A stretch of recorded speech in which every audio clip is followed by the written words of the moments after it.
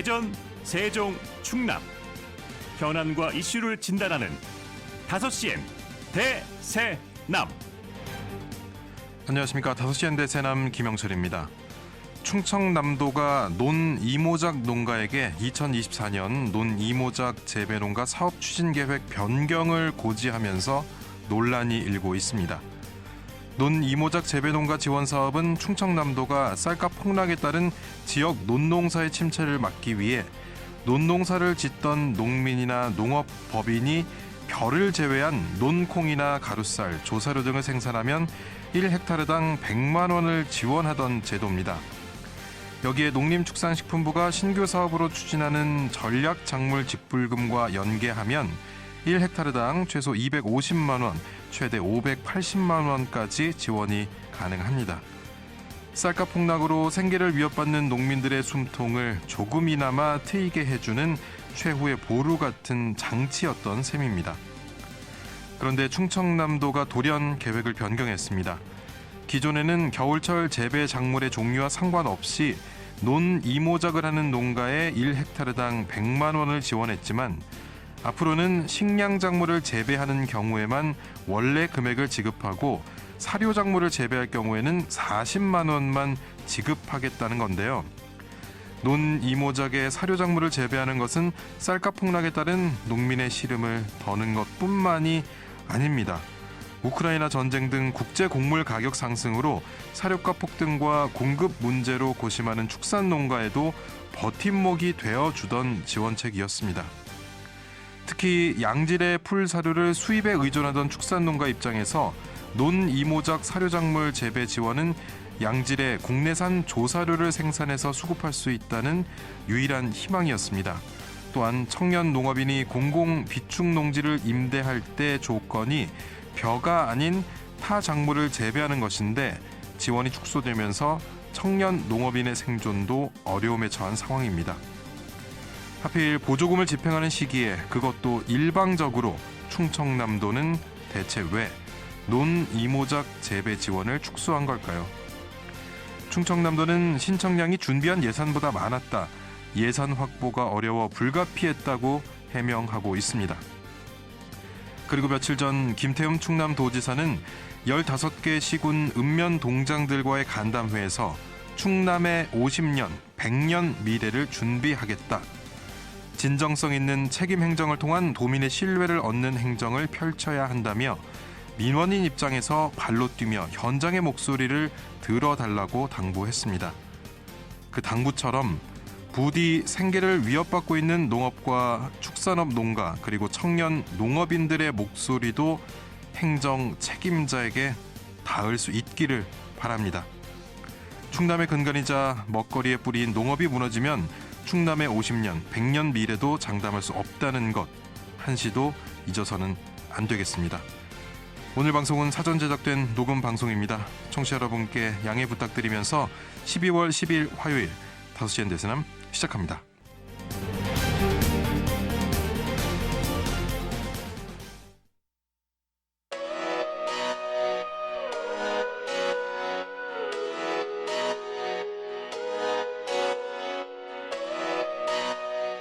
다섯 시엔 대세남은 여러분의 참여와 제보로 이루어집니다. 단문 50원, 장문 100원의 유료 문자 샵 2309번, KBS 대세남 유튜브 채널과 페이스북, 카카오톡 채널 5시엔 대세남으로 참여와 제보하실 수 있습니다. 선정되신 분께는 모바일 상품권 보내드립니다. 여러분의 뜨거운 관심과 제보 기다리겠습니다. 키워드로 보는 뉴스 브리핑부터 만나보겠습니다. 힘TV 정진호 PD 나와 있습니다. 정 PD 어서 오십시오. 네, 안녕하십니까. 정진호입니다. 네, 오늘의 첫 번째 키워드 어떤 겁니까? 네, 첫 번째 키워드는 매서운 민심입니다. 네, 어떤 내용입니까? 네, 비상계엄 선포로 나라를 극도로 혼란에 빠뜨린 그 윤석열 대통령의 국정수행 긍정평가가요. 직전 조사 대비 7.7%포인트 하락한 17.3%를 기록했다는 여론조사 결과가 어제 나왔습니다. 예. 여론조사 전문기관인 리얼미터가 이 계엄 선포 이후인 이달 5일에서 6일까지 전국 18세 이상 남녀 1,012명을 대상으로 조사했는데요. 윤 대통령에 대한 긍정 평가는 17.3%에 불과했고 예. 이제 반대로 부정 평가는 79.2%로 어. 이 국민 10명 가운데 그 8명 정도가 부정 평가를 내렸습니다. 예, 국회 탄핵소추안 부결 전에 발표됐던 한 조사에서는 충청권 민심이 10%대 초반을 기록하기도 했습니다. 네, 맞습니다. 지난 6일에 공개됐던 한국 갤럽 조사에서요. 대전, 세종, 충청 지역민들 가운데 이 대통령이 직무 수행을 잘하고 있다고 응답한 비율은 고작 11%에 불과했는데요. 예. 이에 비해서 부정평가는 직전 대비 7%포인트 오른 76%를 기록하기도 했습니다. 참고로 이 조사에서는요. 그 대전, 세종, 충청 지역의 긍정평가 비율이 전국 평균보다도 5%포인트 적게 나타났고요. 예. 지역별로는 광주, 전라에서 두 번째로 낮은 수치였습니다. 예. 그리고 지난주에 발표됐던 리얼미터 조사에서도 탄핵 찬성 의견이 74%나 됐었는데 이 조사 결과들 보면 윤석열 대통령이 국정 운영 동력을 사실상 잃게 됐다고 볼 수도 있지 않을까요? 네, 같은 조사에서 그 윤 대통령의 그 비상계엄이 내란죄에 해당한다고 응답한 그 충청권 비율이요 64.4%나 됐으니까 예. 이 윤 대통령의 국정 동력 사실상 사라졌다 이렇게도 볼 수 있을 것 같습니다.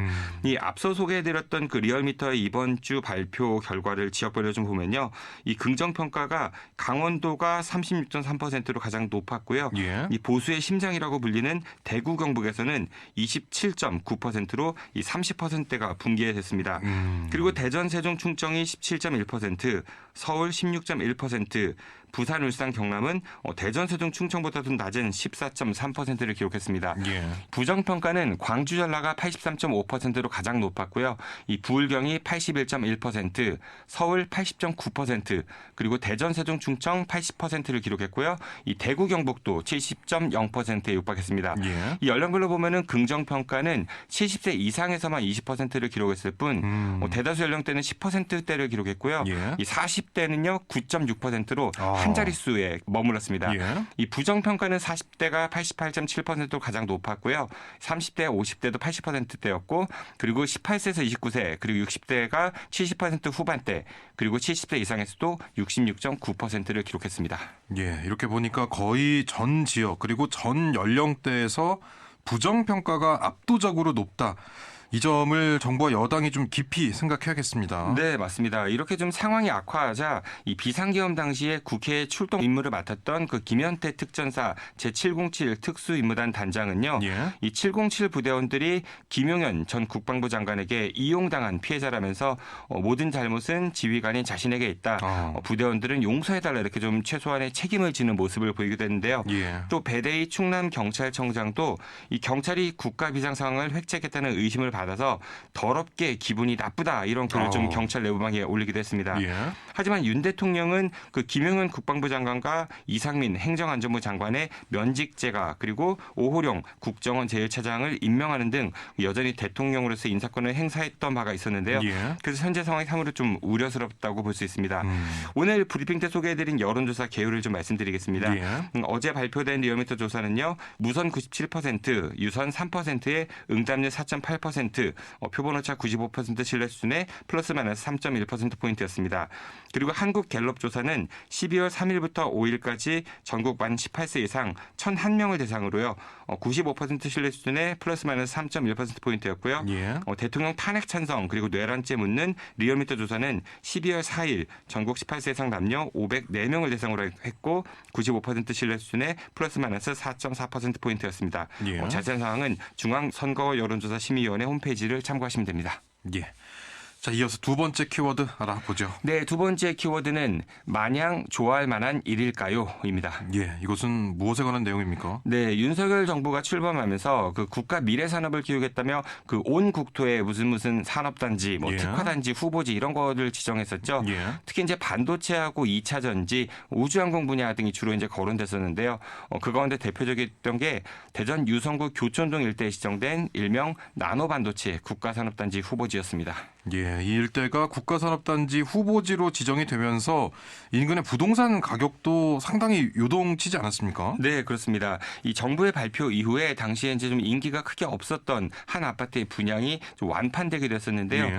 이 대전 유성구 교촌동 나노반도체 국가산업단지가 이번에 그 예비타당성 조사 대상으로 확정이 됐습니다. 기재부는 최근 그 한국개발연구원이죠. KDI의 심사를 통해서 이 나노반도체 국가산업단지가 예비타당성 조사 대상 사업으로 선정됐다 이렇게 발표했습니다.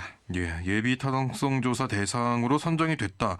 그 말은 첫 관문은 통과를 했다 이렇게 말할 수 있겠네요. 네, 맞습니다. 예. 그래서 대전시도요, 그 지역 내 최대 국가산업단지 조성을 위한 신호탄이 쏘아 올려졌다면서요, 이 사업 시행자인 LAC와 함께 올해 안에 그 예타 조사 의뢰를 할 예정이라고 하고요. 예. 그리고 또 2026년까지 국토부의 승인 절차를 거쳐서 2027년부터는 보상에 착수할 거다. 뭐 이런 계획을 밝히기도 했습니다.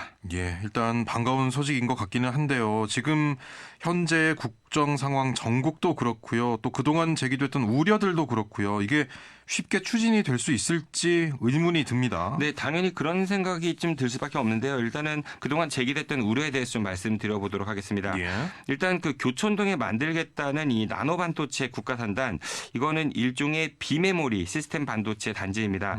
잠깐 또 설명해 드리면은 이 메모리 반도체는 이 대부분의 전자제품에 들어가는 저가형 표준 모델입니다. 예. 뭐 예를 들어서 TV나 냉장고, 세탁기 이런 거는 뭐 전원 스위치가 있지 않겠습니까? 예, 예. 이게 간단한 기술이겠죠. 이런 거를 구성하는 게 메모리 반도체고요. 예. 이거는 아시다시피 그 삼성전자나 SK 하이닉스가 세계 1, 2위를 다투고 있습니다. 예. 그리고 이제 반도체 시장 호황으로 삼성전자와 SK 하이닉스 그동안 좀 초고성장을 해왔었죠. 예. 하지만 이런 단순 부품 말고요. 이 각 제품이 갖는 그 자신만의 고도의 기능이 있지 않겠습니까? 예. 이걸 구현하기 위해서는 별도의 또 반도체를 제작해야 하는데요. 이게 바로 이제 비메모리 시스템 반도체입니다. 아. 요즘 흔히 언급되는 뭐 AI 관련 그 HBM 반도체도 일종의 비메모리 반도체라고 보시면 되는데요. 예. 이 비메모리 반도체는 대다수 회사가 뭐 자체 제작을 하는 것이 아니라 외주 업체에다가 제작을 의뢰합니다. 예. 그걸 이제 반도체 전문 제조 공장인 파운드리라고 하는데요. 예. 이거는 대만의 TSMC가 압도적인 세계 1위입니다. 예, 반도체 산업의 고부가가치는 메모리가 아닌 비메모리 분야인데 삼성전자나 SK 하이닉스 같은 우리 기업들의 주력은 말씀해 주신 대로 메모리 반도체라서 현재 큰 타격을 입고 있지 않습니까? 네, 그렇습니다. 예. 이 메모리 분야의 성공으로 좀 샴페인을 터뜨리고 있던 사이에 중국의 추월 그 위협도 받는 상태죠. 예. 그리고 비메모리 분야는 제대로 준비를 하지 않고 있어서 지금 좀 큰 위기에 빠졌다 이렇게 볼 수도 있습니다. 예, 그래서 삼성전자 주가가 최근 큰 폭으로 또 하락을 하기도 했습니다. 네, 맞습니다. 거기에다가 또 애플이나 뭐 엔비디아 같은 그런 기업들이 비메모리 반도체 제작을 TSMC 같은 그 외부 업체에 맡기는 것과 달리요. 예. 이 삼성전자는 자체 제품 생산 그리고 자체로 반도체 생산도 함께 하고 있죠. 예. 그래서 이제 경쟁 업체가 이 삼성전자 파운드리에다가 자신들의 핵심 기술이 담긴 반도체 제작을 의뢰할 그런 가능성은 크지 않습니다. 예, 그래서 경기도 용인시나 평택 쪽에 파운드리도 심각한 타격을 입고 있는 그런 상황입니다. 네, 그런데도 이제 대전에 비메모리 시스템 반도체 국가산업단지를 조성한다고요? 이게 과연 얼마나 많은 기업이 입주할지도 좀 의문이고요. 예. 상당수 반도체 전문가들도 이 대전에 입주할 반도체 기업이 많지 않을 거다 이렇게 좀 비관적으로 전망하고 있습니다. 이 막대한 혈세를 들여서 산업단지를 조성해 놨는데 분양은 됐지만 실제로 입주 기업이 적어서 텅텅 빈 유령 도시가 된 이 대전의 국제과학 비즈니스 벨트. 그래서 이게 국가산단이 산업단지가 아니라 일종의 그 기업의 부동산 투기 대상으로 전락한 거 아니냐 뭐 이런 비판도 나오고 있는데요. 예. 예타 대상이 됐다고 해서 마냥 좋아할 것만은 아니라 그 내실을 좀 꼼꼼하게 따져봐야 할 것 같습니다. 예. 오늘 소식 여기까지 듣도록 하겠습니다. 키워드로 보는 뉴스 브리핑 아힘TV 정진호 PD였습니다. 고맙습니다. 고맙습니다.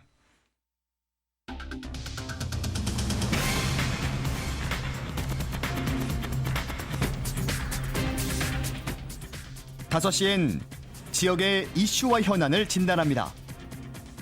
5시엔 대전, 세종, 충남 지역민의 목소리를 듣습니다. 5시엔 시사라디오, 5시엔 대세남이 있습니다. 집중 인터뷰 이어집니다. 지난주 공공기관 2차 이전이 미뤄졌다는 소식에 대전과 충남 지역은 허탈감을 감추지 못하고 있습니다. 그동안 2차 공공기관 이전에 맞춰 적극적으로 대응을 해온 터라 그 실망감이 더 클 수밖에 없는데요. 2차 공공기관 이전이 이번 정부의 국정과제이자 지역 균형 발전의 핵심 정책임에도 지연이 되고 있어서 과연 실현될 수 있는 것인지 의구심도 커져가고 있는 상황입니다. 중부대학교 교양학부 권호철 교수와 지연되고 있는 2차 공공기관 이전과 관련해 자세한 이야기 나눠보겠습니다. 권호철 교수님 전화 연결돼 있습니다. 들리십니까? 예, 안녕하세요. 예. 자, 이 원안대로라면은 1차 이전 성과 분석, 이걸 바탕으로 지난달에 2차 이전에 대한 기본 계획이 나왔어야 하는데 내년 네. 하반기로 미뤄졌다는 소식이 나왔습니다. 지금 1년이나 미뤄진 거예요. 교수님 어떻게 보고 네. 계십니까? 저는 이 소식을 얼마 전에 들었을 때 좀 상식적으로 좀 이해가 안 갔고요. 예. 그랬는데 지금은 좀 이해가 이제 좀 되고 있습니다. 지금 현 상황을 보니까요. 예. 정부는 이 문제에 대해서 이 의지가 없었던 겁니다. 그리고 대통령의 특히 이 대통령의 의지의 문제가 좀 있었다라고 보고 있고요. 예. 지금 시국이 좀 계엄령 문제로 좀 시끄럽게 있는데 이 국토교통부도 이 대통령실이나 여러 군데에서 이제 일에 대한 순서로서 이제 지시가 있어야지만이 이런 큰 일을 했었을 텐데요. 예. 지금 이런 지시가 없었기 때문에 국토교통부도 이 큰 사안을 발표할 수가 없었을 것이다라고 보고 있고요. 예. 진짜 그렇게 상상하고 싶지 않지만 이 대통령 머릿속에는 온통 이 계엄령 생각뿐이 없었다라고 저는 볼 수밖에 없습니다. 예. 그리고 이게 제가 좀 중요한 것은 지금 이 공공기관 이전 문제는 이 윤석열 정부의 120대 국정과제 중에 하나였습니다. 그렇습니다. 그리고 특히 몇 년 전에는 이 우동기 이 지방시대위원장도 2023년도 되면은 완료를 하기로 했었거든요. 예. 근데 지금 말은 이 혁신도시 성과평가 관련된 용역이 내년으로 미뤄졌기 때문에 이걸 못하겠다는 거지 않습니까? 그렇죠. 그 결과를 근데 저는 보고하겠다는 거죠. 예, 그렇죠. 근데 이 결과도 아시겠지만 내년 지금 하반기, 그러니까 10월 달 정도 예정을 하고 있는 것 같은데 예. 사실 이 문제가 그렇게 시간이 걸려야 될 문제가 아닙니다. 근데 이게 지금 아시다시피 벌써 이게 노무현 정부 때 계획이 수립됐던 문제거든요. 예. 근데 이게 지금 20년이 지난 상황에서도 여러 가지 시간 문제를 이야기하고 있는 것은 말이 안 맞다고 보고 있고요. 예. 그리고 올 초에도 원래 2024년도 총선이 있기 때문에 이런 예민한 부분이기 때문에 발표를 못 한다고 했었던 겁니다. 예. 그러면 예를 들면 내년 그러면 하반기 10월 달에 발표를 한다고 하면 이게 제가 알기로 발표한다고 끝난 게 아닙니다. 이게 그러면 각 지자체에서 이 용역에 대해서 분석을 해야 됩니다. 그리고 정무적 예. 판단도 지자체들이 해야 될 것이고요. 예. 그러다 보면 내후년으로 넘어갈 수밖에 없습니다. 그러면 아시다시피 2026년도에는 또 지방선거가 있습니다. 예. 그러면 이 지방선거에 또 이 예민한 부분에 대해서 또 발표할 수 있겠습니까? 그렇기 때문에 저는 이 부분에 대해서는 정말 이 대통령과 특히 이 정부의 이 의지가 없는 것이 아니냐 그렇게밖에 생각할 수밖에 없습니다. 예. 근데 이제 윤석열 대통령은 지난 5월 취임 2주년 기자회견에서 기대한 만큼 1차 공공기관 이전이 지역경제 활성화에 크게 도움이 되지 않았다. 그렇기 때문에 맞춤형 이전을 추진해야 한다. 이렇게 언급을 한 바 있는데 지금 1차 공공기관 이전 효과에 대해서도 저희가 한 번 더 좀 따져봐야 될 것 같은데요. 교수님께서는 어떻게 보고 계십니까? 우선 이 이전 효과에 있었을 때 가장 중요한 것은 뭐 인구 증가율과 고용률이 있을 텐데요. 예. 아시다시피 인구 증가율은 이 혁신도시 인구는 좀 증가를 했는데 당초에 이 계획 인구에는 달성하지 못했던 게 사실이고 예. 그리고 이 고용률 또한도 지역 편차가 좀 굉장히 심한 것 같습니다. 아하. 제가 보면 이 용역은요 이미 정책 방향은 나와 있다고 저는 생각을 하고 있는데 예. 가장 중요한 것은 첫 번째는 이 이전 기관이 이 지역 산업에 얼마나 특성을 연계했느냐가 바로 맞춤형 이전이 돼야 되는 겁니다. 예. 그리고 두 번째로도 이 지역 경제와 얼마나 사회적 인프라를 고려했느냐 이게 바로 계획 이전이고요. 그리고 세 번째로 민간 투자와의 연계를 얼마나 효과를 극대화시킬 수 있느냐 예. 이게 바로 이 용역에 나와 있는 이 정책의 추진 방향인데 이런 것을 과연 고려를 하고 있을지 좀 굉장히 의구심이 들고 있습니다. 예. 지금 뭐 고용률과 인구 증가율에 대해서는 각 지역별로도 어느 정도 차이가 있고 또 그 지역 상황에 맞춰서 맞춤형으로 했을 때 이것이 조금 달성을 할 수 있는 확률이 높아질 수 있는 그런 상황이다 이런 말씀이신데 이 1차 공공기관 이전 효과를 비롯해서 어쨌든 간에 네. 지금 지역 소멸의 속도는 늦추지 못한다. 막기엔 좀 힘들다. 이런 지적들에 대해서는 공공기관 이전과 지역 소멸의 문제 이것을 어떻게 저희가 좀 연관지어서 생각을 해봐야 할까요? 이 공공기관 이전과 지역 소멸은 별개의 문제라고 저는 생각하고 있고요. 이 공공기관 이전 문제는 말 그대로 국가 균형 발전에 초점을 맞춰야 되는 것입니다. 예. 그리고 이 지역 소멸 문제는요. 이거는 따로에 대한 국가 이 극복 방안으로서 이 지역 소멸 문제는 이 인구 감소와 이 고령화 문제가 또 있습니다. 예. 그래서 이 지역에 경제, 사회 그리고 이 문화적 기반이 약화되어 있기 때문에 이런 부분을 어떻게 다양하게 접근을 할 수 있느냐가 바로 지역 소멸을 극복할 수 있는 방안이고요. 예를 들자면 인구 유입을 얼마나 촉진시킬 수 있느냐. 그리고 이 주거 생활 환경을 얼마나 개선하느냐. 이런 부분이 이 지역 소멸 문제와 연결이 있는 거지. 크게 이 공공기관 이전과 상관을 가질 수는 없다라고 저는 판단합니다. 자, 그러면 이제 지금 현재 남아있는 공공기관의 46%가 서울과 수도권에 아직도 집중이 돼 있는 상황인데 지금 지역에 이전한 다른 기관들의 상황은 어떻고 또 우리 지역으로의 이전 가능성이 있는 공공기관들 저희가 상황을 좀 살펴보면 어떻습니까? 일단은 1차 이전은 2013년도부터 15년까지 해서 111개가 기관을 이전을 했고요. 지금 현재 남아있는 기관 중에서 한 157곳 정도가 이미 지금 현재도 수도권에 본사를 두고 있습니다. 근데 지금 대전은 26개, 그리고 세종은 25개, 그다음에 충남은 6개밖에 없거든요. 그리고 대전 충남은 2020년도에 혁신도시 지정을 늦게 받았습니다. 근데 지금 현재 4년 넘도록 지금 거의 뭐 이전 자체가 없거든요. 그렇죠. 그래서 무늬만 혁신도시라는 비판을 받고 있는 거 아닌가 싶습니다. 그리고 이게 바로 대전 충남의 실정이다 이렇게 말씀드리겠습니다. 지금 뭐 기존의 혁신도시 같은 경우는 오히려 더 받으려고 지금 노력을 하고 있는데 아직 제대로 된 이전이 되지 않은 대전 충남 같은 경우는 좀 이것에 대해서 우리가 조금 더 먼저 받아야 되는 거 아니냐 이런 뭐 논의도 나오고 있는 것 같아요. 어떻습니까? 얼마 전에 이런 부분에 대해서 문제가 있으니까 대전시장 같은 경우는 정부기관에 뭐 국토부겠죠. 그리고 대통령실에 뭐 사안물 발송을 좀 한다는 이야기를 했었는데요. 이게 지금 사안문 발송하고 당부한다고 될 일이겠습니까? 근데 저는 이 광역단체장들이 특히 대전 충남의 광역단체장들이 이 대통령실에 눈치 보면 안 됩니다. 그리고 지금 상황이 지금 엄중한 시기에 도달해 있지 않습니까? 그렇기 때문에 이 지역 현안에 대해서는 대통령실이나 본인들의 앞으로의 정치 행보에 대해서 고민할 여지가 없다라고 좀 말씀을 드리고 싶고요.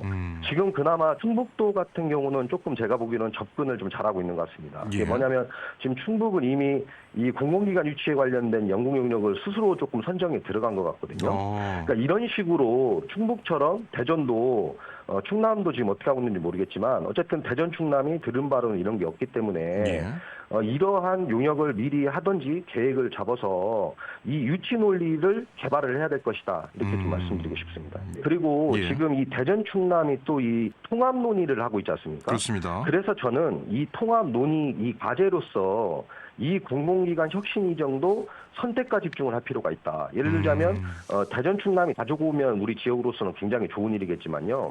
이런 게 현실적으로 힘들다라고 하면 서로 광역단체장들이 논의를 해서 이것을 한 곳에 또 몰아줄 수도 있는 좀 이런 것도 전략적으로 판단해야 되지 않을까 이런 생각도 좀 듭니다. 근데 지금 뭐 2차 공공기관 이전도 아니고 이전 계획 자체가 미뤄진 상황에서 시민들이나 도민들께서는 이번 정부 내에 과연 추진되는 것인가 하는 의구심이 점점 커지고 있는 그런 상황인데 교수님께서는 어떤 전망을 하고 계십니까? 말 그대로 이 지방 분권의 의지가 좀 약합니다.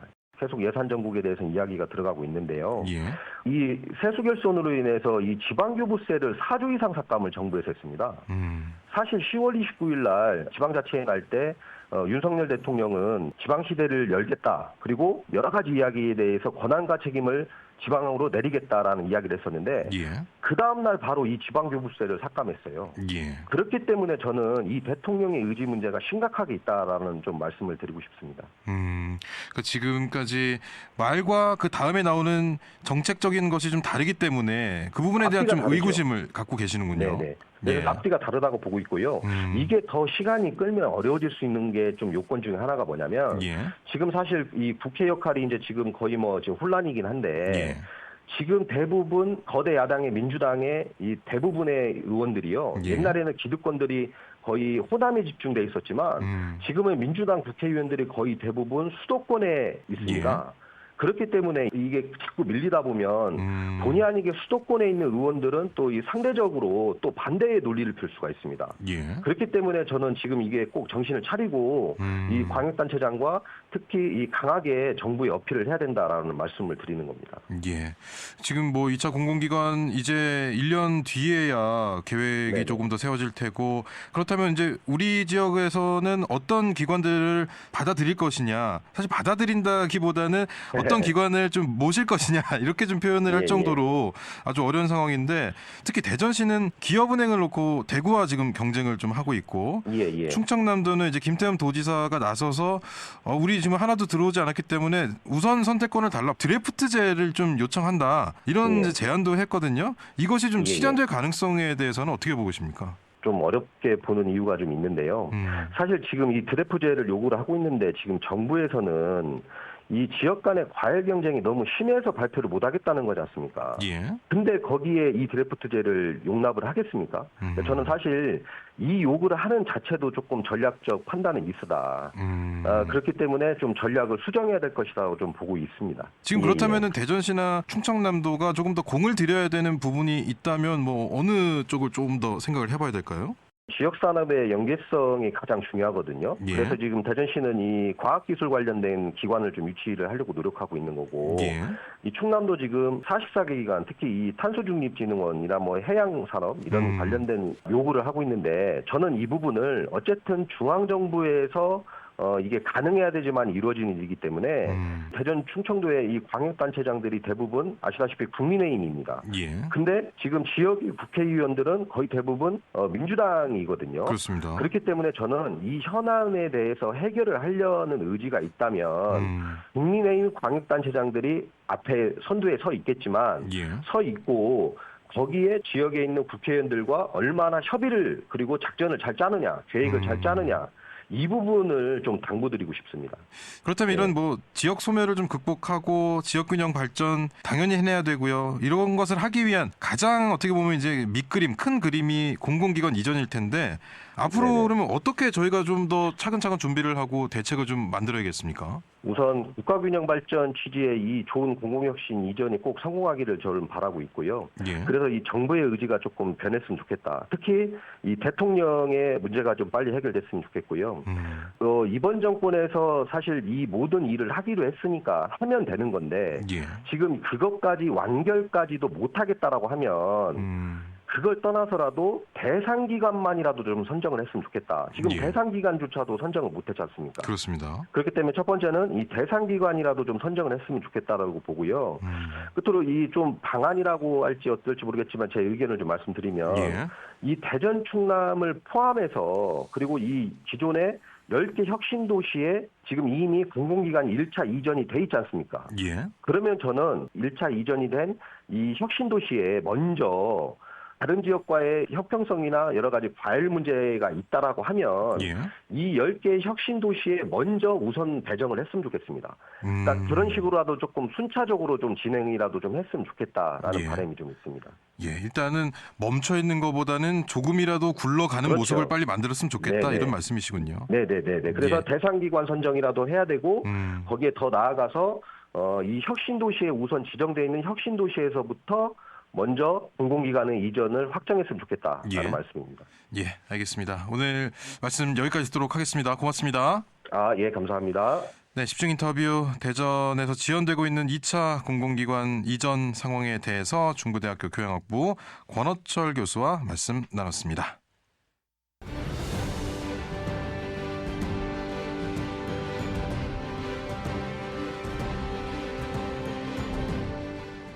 대전, 세종, 충남 역사 속 이야기와 인물을 탐구하는 시간 역사인 대세남 시간입니다. 오늘은 대전 대신고등학교 역사교사이신 최장문 선생님과 함께합니다. 선생님 어서 오십시오. 안녕하세요. 최장문입니다. 예, 오늘은 어떤 이야기 가지고 오셨습니까? 오늘 이야기 주제를 미녀로 제시해 보겠습니다. 예. 갑옷에 을미적 병신되면 목가리. 이 한 줄의 민요가 상징하는 역사적 사건이 있습니다. 그렇습니다. 갑오년의 동학농민운동입니다. 예. 갑오년에 들불처럼 일어난 농민들이 다음 해인 을미년까지 을미적 거리다가는 병신년이 되면 나라와 백성이 거식이 된다는 뜻을 함축하고 있는 예언적 노래이며 현실 참여적 노래입니다. 예. 실제로 갑오년에 동학농민운동과 청일전쟁이 일어났고 을미년에는 명성황후가 비참한 죽음을 당하는 을미사변, 병신년에는 조선의 왕 고종이 신변의 위협을 느끼고 러시아 공사관으로 피신하는 아관파천이 있었습니다. 예. 이 격동의 시대에 일어난 사건이 동학농민운동이고 충청 내포 지역에 있었던 농민운동이 태안 동학농민운동입니다. 예. 오늘의 주제는 동학농민운동과 태안 백화산입니다. 예, 1894년 전국에서 그야말로 들불처럼 일어났던 동학농민운동, 우리 역사에서는 어떤 의미가 있는 운동입니까?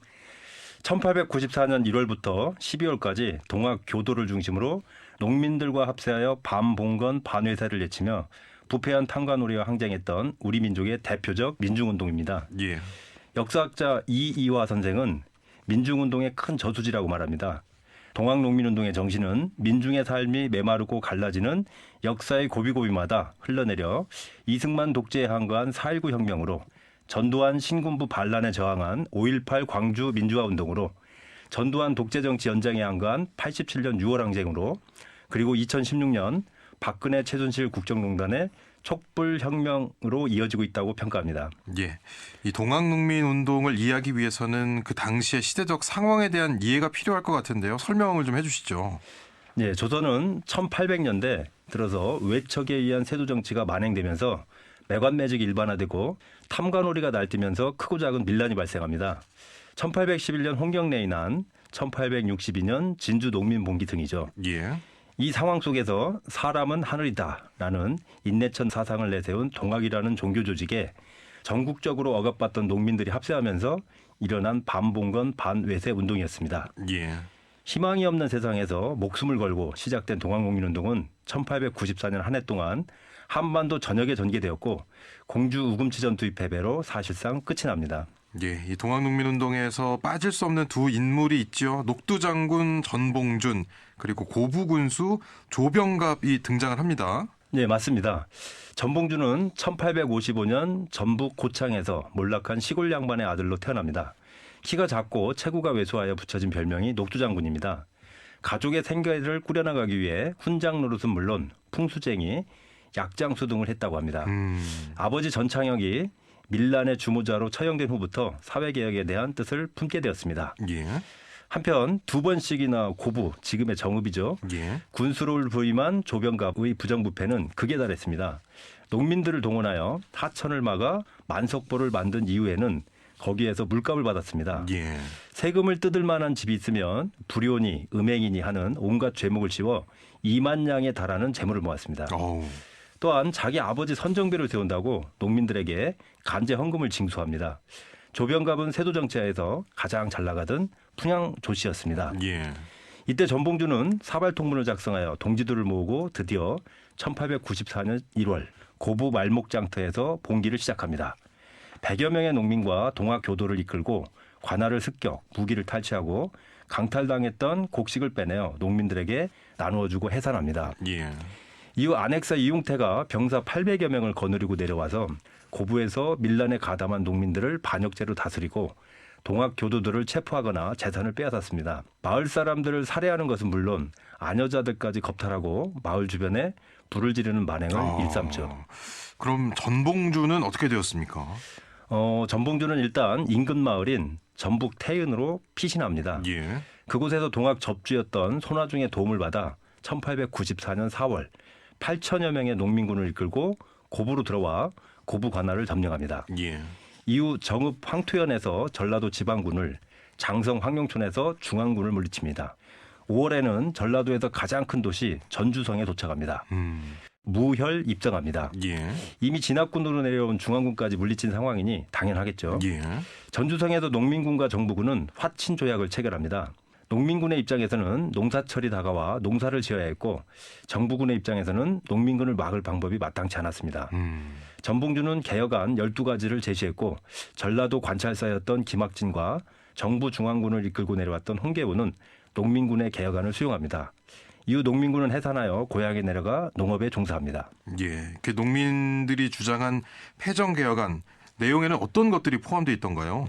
예, 12가지인데요. 예. 주요 내용으로는 탐관오리는 그 죄목을 조사하여 엄징할 것, 노비문서는 불태워버릴 것, 토지는 평균으로 나눠줄 것, 예. 외적과 내통한 자는 엄징할 것, 관리의 채용은 지벌을 타파하고 인재를 동용할 것 등입니다. 예. 사회적으로는 신분에 관계없이 차별받지 않는 평등사회를 원했고 경제적으로는 수치제도 개선과 토지 분배를 통해 민생 안정을 주장했습니다.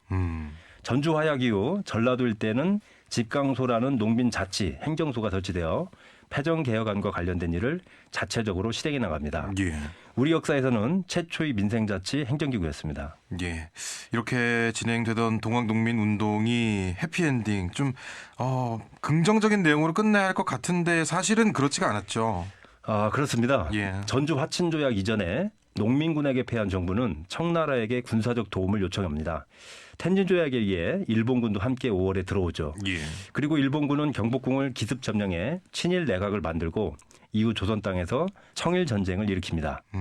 농민군은 9월에 전라도 삼내에서 재봉기하고 서울로 진격하여 경복궁을 점령한 일본군을 몰아내려 합니다. 전라도에 모인 동학 농민군이 서울로 가려면 반드시 지나야 하는 곳이 있습니다. 예. 공주입니다. 당시 공주는 충남 가명, 지금의 충남도청이죠. 충남 가명이 있던 곳으로 전라도의 전주와 맞먹는 중심 도시였습니다. 예. 이곳에서 공주 우금치 전투가 벌어지죠. 예. 공주 우금치 전투가 벌어지기 전에 충남 태안에서도 대규모 농민 전쟁이 있었다고 알고 있는데 어떻게 태안에서 전쟁이 벌어지게 된 겁니까? 태안 동학 농민운동입니다. 예. 공주 우금치 전투가 있기 한 달 전인 1894년 10월에 태안, 서산, 해미, 홍주 지역에 연달아 일어났던 동학 농민운동입니다. 2005년 제가 교사가 되었을 때 충남 역사교사 선생님들과 함께 태안에 답사를 갔습니다. 태안 시내 뒤편에 바위산이 있는데 백화산이라고 합니다. 예. 이 산 정상 부근에는 교장바위라는 안내판이 있었습니다. 일제강점기 때 초등학교 학생들이 이곳에 소풍을 왔을 때 도시락을 가져오지 못한 가난한 학생에게 일본인 교장이 본인 도시락을 나누어 주었기에 그 선행을 칭송하여 이름 붙인 것이라는 내용이었습니다. 그러나 답사 안내를 맡았던 선생님은 깊은 한숨을 내쉬며 다음과 같이 설명했습니다. 예. 1894년 10월 태안 백화산에서 봉기한 서산 태안의 동학농민군은 백화산 아래에 있는 태안군청을 습격하여 탐관오리였던 태안군수를 처형하고 사형 직전에 있던 동학 두령 30여 명을 구출합니다. 신분제 사회였던 조선왕조에서 농민군이 군수를 처형했다는 것은 엄청난 사건이죠. 예. 50여 명으로 시작된 서산 태안 농민군은 서산을 거쳐 홍성까지 갔을 때는 2만 명으로 불어납니다. 그러나 홍두성은 충청도의 중심 도시로 기관총으로 무장한 일본군과 잘 훈련된 정부군이 있었기에 연패를 했고 살아남은 농민군은 쫓기고 쫓겨 처음 봉기하였던 태안 백화산까지 도망옵니다. 예. 100여 명도 못 미치는 인원이었죠. 이곳에서 민보군과 지방군에 의해 교살, 목을 졸라 죽이는 것이죠. 장살, 곤장 같은 몽둥이로 때려 죽이는 것입니다. 예. 교살, 장살 당하여 바위 아래로 던져져 버린 장수였습니다. 교장바위란 명칭은 이런 비극적 역사를 담은 이름이었다고 말했습니다. 예. 동학 농민 운동과 관련해서 또 태안 백화산 민담 이야기는 어떤 내용입니까? 1994년 제가 대학교 3학년 때입니다. 예. 함께 자취했던 후배 고향집 태안에서 밥을 먹었는데 그 태안 백화산을 바라보며 후배가 말했습니다. 예. 형, 우리 할머니가 그러는데 저 백화산이 검게 변하면 세상에 난리가 난대. 그 할머니는 지금도 살아계시고 100세가 넘었습니다. 이 동네는 제삿날이 같은 집이 많다고 합니다. 농민운동에 참여했던 집들은 멸문지화에 가깝게 사람이 죽고 땅을 빼앗겼습니다. 예. 마을에서 살아남은 사람들은 어떻게 살아가야 할까요?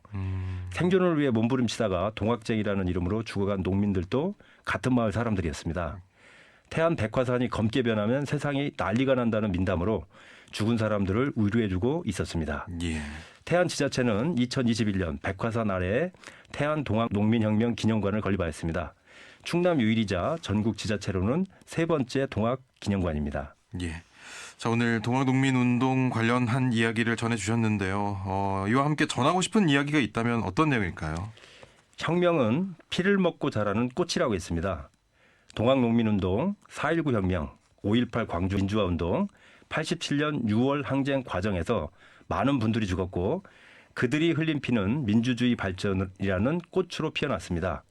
그 숭고한 민주주의 꽃이 훼손되지 않도록 오늘을 살아가는 우리들은 노력해야 할 것입니다. 예.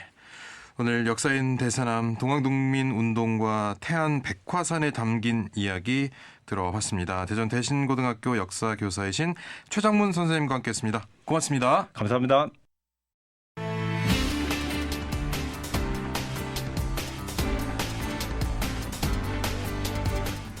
이어서 감시자들, 오늘은 자치행정의 주요 사안과 지방의회 의제를 짚어보는 시간입니다. 대전 참여자치시민연대 김재섭 사무처장과 함께합니다. 어서 오십시오. 네, 안녕하세요. 반갑습니다. 네, 오늘은 어디를 감시하고 오셨습니까? 네, 전국적으로 12.3 비상계엄 사태로 정신들 많이 없으시고 예. 또 많은 이슈들이 휘몰아치고 있는데요. 비상계엄 이슈는 많이 다뤄지고 있기 때문에 오늘 이 프로에서는 우리 지역의 최근 공론화된 이슈를 준비해봤습니다. 예. 바로 대전 지역 내 교복업체 간 담합 문제인데요. 지금 대전시 교육청은 무상교복이라는 이름으로 학생 1인당 30만 원 금액을 교복비에 지원하고 있습니다. 예. 그런데 실질적으로는 체육복 등 추가 구매로 학부모들 부담이 커지고 있는 것도 있고 더 근본적으로는 지역 교복업체들의 담합으로 지역 학부모들이 다른 지역에 비해 더 큰 부담을 지고 시민 세금도 부당하게 사용되고 있다는 지적이 나왔습니다. 예. 오늘은 대전 지역 교복업체 간 교복비 담합 문제에 대해 이야기해 보겠습니다. 예, 교복 문제는 뭐 청소년이 있는 가정에서는 많이들 관심을 갖고 계실 텐데 교복 담합 문제가 있다고 말씀하셨는데 어떤 문제들이 있던 겁니까? 네, 대전 지역 교복 담합 문제는 학부모들에게 큰 경제적 부담을 주고 공정한 경쟁 저해하고 있는데요. 예. 대형 교복 브랜드들이 대전을 7개 권역으로 나눠 가격 담합을 해왔다는 정황이 드러났습니다. 이로 인해 대전 지역 교복 가격이 다른 지역보다 약 10만 원 가량 더 비싸다고 하는데요. 예. 특히 128개 학교 중 80곳이 수의계약으로 교복업체를 선정했거나 수의계약으로 전환 가능성이 높아 공정 경쟁의 원칙이 무너지고 있다는 지적이 나오고 있습니다. 예, 다른 지역보다 10만 원 정도 높은 금액이라는 건데 각 세대마다 뭐 교복 가격이 다들 달랐을 텐데 지금 실제로 학부모들이 현장에서 쓰는 비용은 어느 정도입니까? 네, 사실 저는 2000년대에 교복을 입었었는데요. 예. 그 당시 뭐 제가 결제한 것은 아니지만 교복비 부담으로 중학생 때는 2사이즈 정도 큰 교복을 처음 맞췄던 기억이 납니다. 저도 그렇습니다. 예. 네, 슬프게도 졸업할 때까지 그 교복이 작아지진 않았습니다만 그래서 고등학교 때는 그냥 키 성장에 대한 기대를 버리고 적당히 맞는 사이즈를 샀던 기억도 납니다. 예. 아무튼 2024년 대전의 교복 권고 상한가는 33만 원 정도고요. 예. 그런데 교복 지원금은 2019년부터 30만 원으로 동결되어 있습니다. 그래서 일단은 뭐 교복 기본 세트만 해도 예. 약 3만 원 이상의 추가 부담이 생기는 상황이고요. 여기 이제 체육복이나 생활복, 뭐 추가 셔츠 등은 포함이 안 돼 있어서 막상 이제 처음 교복을 구매하시러 가는 학부모들이 예. 업체에 가면 뭐 이것도 좀 필요합니다. 저것도 그렇죠. 필요 이런 권유를 받게 되잖아요. 예. 처음 보내니까 잘 모르니까 첫째 때 같은 경우는 보통 한 20만 원에서 25만 원 정도 추가로 또 구매하게 되는 경향이 있다고 합니다. 저도 셔츠를 몇 벌 추가했던 기억이 나요. 그렇죠. 왜냐면 예. 한 벌만 계속 입고 다닐 수는 그렇죠. 없으니까. 빨아야 되니까 네. 또. 예. 그래서 근데 이제 보통 그래서 둘째부터는 아 이건 좀 안 필요하구나 이래가지고 좀 덜 구매하기도 하는데 예. 어쨌든 뭐 나의 어쨌든 아이가 학교 다니는데 뭐 부족함 없이 또 예, 교복은 예. 필수니까 그렇죠. 그런 마음을 또 활용해서 이것저것 또 추가 구매가 권유되고 있는 것도 사실입니다. 예. 그래서 좀 20만 원에 30만 원 정도의 추가 비용이 좀 발생하고 있다고 하고요. 그러다 보니까 이 무상교복 맞냐 뭐 이런 좀 비판도 있습니다. 예. 그래서 학부모들 같은 경우는 교복지원금 현실화와 좀 구매 시스템 개선을 요구하고 있는 상황인데 뭐 이런 상황에서 담합 문제까지 있다고 하니 예. 좀 학부모들의 불만이 높아지고 있는 상황입니다. 그렇습니다. 안 그래도 부담이 되기도 하는데 업체들의 담합으로 그 금액의 부담이 더 증가한다면 이것이 더 큰 문제일 것 같은데 업체 간 교복 담합이 어떻게 이루어지는 겁니까? 네, 이제 교복 브랜드별로 대리점들도 있고 예. 뭐 브랜드가 없는 대리점도 있는 것 같은데요. 예. 이제 가격 경쟁을 피하기 위해 서로 공모했던 것 같습니다. 대전은 7개 권역으로 나뉘어져 있는데요. 예. 각 권역에 동일 브랜드 대리점들이 담합하여 교복 가격을 고정하는 방식으로 좀 작동한 것 같고요. 뭐 예를 들어 권역 내 모든 대리점이 동일한 가격을 유지하면서 서로 싼 곳이 없게 만드는 거죠. 아, 다 같게 그냥. 다 같게. 예. 그래서 이를 통해서 뭐 서로의 이익을 좀 보장하는 구조를 만든 거고요. 그러다 보니까 이제 경쟁 입찰을 붙이더라도 예. 비슷한 가격으로 다 입찰을 넣는 거죠. 네. 혹은 어떤 특정 업체를 밀어주기 위해서 더 높은 가격을 부름으로써 예. 어떤 업체를 보장하기도 하고요. 그래서 학부모들은 선택의 폭이 줄어들고 업체들은 시장 점유율을 안정적으로 유지하는 방식으로 활용된 것 같고요. 예. 이제 왜냐면 각 대리점 사장님들이 다 뭐 한 조직은 아닐 테니까. 그렇죠. 그럼 만약에 좀 나는 공정하게 장사하겠다 이런 분들도 있을 수 있는데 예. 이런 소규모 업체들에 대한 압박도 함께 이루어진 것 같습니다. 아. 어떤 이제 담합을 진행하고 있는 업체들끼리 담합에 가당하지 않은 업체들에 대한 뭐 물품에 대한 어떤 공급 뭐 차질이라거나 예. 뭐 이런 것도 좀 있었던 것 같고요. 1년에 한 번 지역의 교복업체들 간의 회의가 있다고 합니다. 그래서 그 자리에서 예. 어떤 좀 담합에 대한 내용이 나왔던 것 아닌가 이런 의심들이 언론을 통해 지금 제보되고 있고요. 예. 그러다 보니까 이제 결국에는 입찰이 무산되거나 입찰 업체 수가 적어져서 예. 그냥 어쩔 수 없이 수의 계약을 하는 형태로 좀 좀 실제 학교에서는 현장에서 그런 방식으로 진행이 된 것 같고요. 예. 아까도 언급했지만 약 85곳 정도가 수의계약으로 업체를 선정했거나 그렇게 수의계약으로 전환하는 가능성이 높은 상태이고요. 그래서 좀 심각한 문제로 보여집니다. 예. 자, 지금 뭐 권역별로 7개 권역 안에서 담합이 이루어졌다 이런 내용인데 공정거래위원회가 이런 뭐 조사라든지 이런 것들이 좀 진행되고 있는 것이 있습니까? 그래서 시민들 입장에서는 미온적으로 좀 대응하는 것 같긴 한데요. 예. 공정거래위원회가 조사를 진행한다는 언급은 있었던 것 같습니다. 그러니까 다만 이제 담합이라는 것이 공고할수록 조금 더 빠르고 철저한 조사와 수사가 필요한데요. 예. 공정거래위원회는 교복 입찰 과정에서 담합 정황이 드러난 업체들을 대상으로 조사를 진행하여 위반 사항이 확인되면 시정명령이나 경고, 과징금 부과 등의 제재를 해야 합니다. 예. 특히 이제 교복 같은 경우는 민생 밀접 분야라고 볼 수 있거든요. 예. 어쩔 수 없이 사야 되지 않습니까? 그렇죠. 그래서 주요 감시 대상으로 삼아서 지속적인 시장 모니터링과 신고 접수 체계를 좀 운영해야 된다고 봅니다. 예. 공정거래위원회는 과거에 서울 경기 지역에서 담합으로 적발된 교복 대리점들에게 과징금을 부과한 사례가 있습니다. 예. 이렇게 담합으로 인한 불공정 행위 또 수사기관도 이 부분에 관심을 좀 가져야 될 것 같은데 수사기관의 움직임은 있습니까? 아직까지는 뭐 적극적인 수사 움직임은 보이지 않고 있습니다. 예. 뭐 이미 언론에서 보도가 된 만큼 경찰에서 좀 적극적인 인지 수사가 필요해 보이는데요. 다만 이제 과거 광주 지역에서 대규모 입찰 담합 사건에 대해서 예. 수사를 통해 그것을 밝혔고 관련 업체들을 재판에 넘기기도 했습니다. 예. 그래서 경찰과 검찰 그리고 공정거래위원회가 협력을 강화해서 담합 행위 적발하고 제재를 가한 바 있는데요. 예. 그 이후 이제 광주 지역의 교복값이 실제로 현실화되기도 했다고 합니다. 예. 그래서 결국에는 좀 처벌이 있지 않으면 이런 담합 같은 경우는 좀 해소가 안 될 것 같고요. 예. 그래서 수사기관이 좀 신속하게 수사해서 좀 철저하게 처벌해야 될 것 같습니다. 예. 지금 이제 뭐 광주 사례도 이야기를 해 주셨는데 교복 담합 문제가 뭐 대전 지역의 문제, 어느 한 지역의 문제만은 아닌 것 같습니다. 네, 맞습니다. 사실 뭐 대전뿐만 아니라 전국적으로 때 되면 한 번씩 등장하는 것이 교복 담합 문제인데요. 예. 사실 일반 뭐 마트나 기성복 가게에서 교복을 살 수 없는 구조다 보니까 예. 결국에 학교에서 지정된 교복을 제작하는 특정 교복 업체만이 요 시장에 들어가다 보니까 좀 과점된 상태, 독점까지는 아니지만 과점된 상태에 있는 시장인 것 같습니다. 예. 대표적으로는 서울, 경기, 충북, 청주, 그다음에 전북, 전주 등에서 교복 담합 사례가 좀 적발된 바 있고요. 뭐 예를 들면 청주에서는 대리점 3곳이 가격 담합 혐의로 적발된 바 있고요. 예. 서울과 경기에서도 비슷한 담합 행위가 발견되었습니다. 근데 이제 전국적으로 보면 최근 3년간 전국 학교의 교복 납품 투찰률, 그러니까 경쟁 입찰했을 때 얼마로 내느냐 했을 때 예. 95에서 98% 금액으로 다 비슷한 범위 안에 있다는 거죠. 그러다 보니까 사실 어느 정도의 가격 유지 예. 형태의 적극적 담합은 아니지만 이런 것들은 좀 횡행하고 있다. 이렇게 좀 보여집니다. 예. 그래서 여러 업체들이 사전에 협의하여 비슷한 금액으로 입찰에 참여했을 가능성이 좀 높아 보이고요. 예. 마찬가지로 공정거래위원회와 경찰이 좀 수사해야 될 것 같고요. 광주 지역에서는 100억 원이 넘는 규모의 합계 입찰에서 예. 교복 대리점들이 담합한 사실이 밝혀졌고 처벌을 받았습니다. 예. 그래서 이것이 좀 특정 지역에서의 문제만은 아닌데 현재 대전 지역에서 공론화되고 있고 예. 또 진행되고 있다는 점에서 지역 차원의 해결이 좀 필요해 보입니다. 예.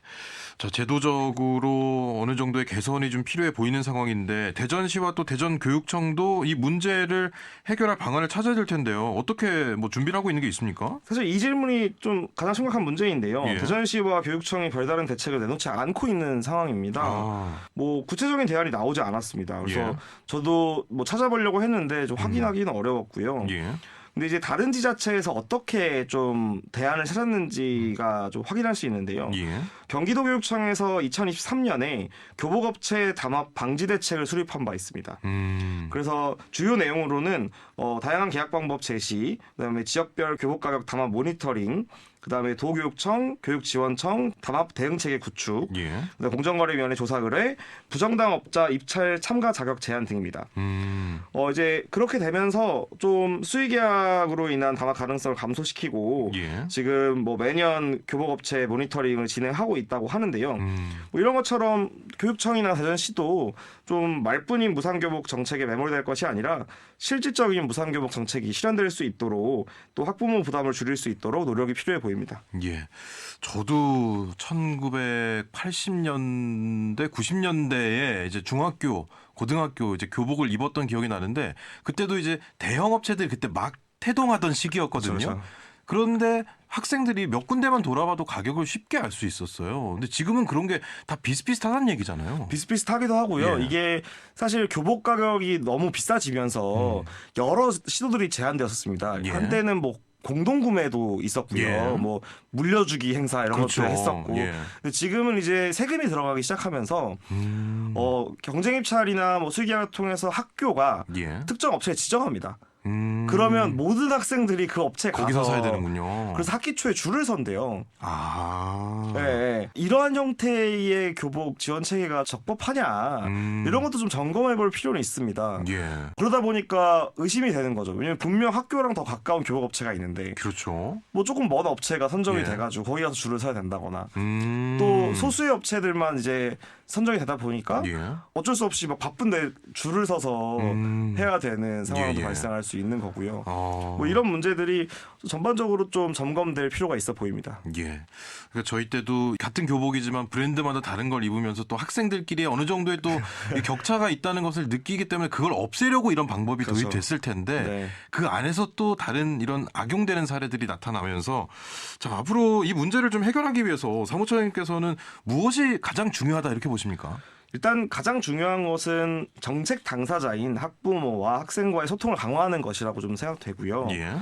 정책이 시행된 지 거의 5년 가까이 지났는데 이러한 불만들은 사실 계속 있었을 겁니다. 예. 근데 학부모들이 어쨌든 안 주는 것보다는 주는 게 어디냐 예, 뭐 예. 이런 정도의 마인드로 또 이제 학교는 자녀분들을 또 보내는 곳이니까 예. 강하게 반발하기도 어려운 게 있잖아요. 이러다 보니까 사실 우야무야 넘어간 부분들이 있었는데 현장에서 발생하는 문제를 좀 제대로 진단하고 파악하려는 교육청의 좀 의지가 필요해 보이고요. 예.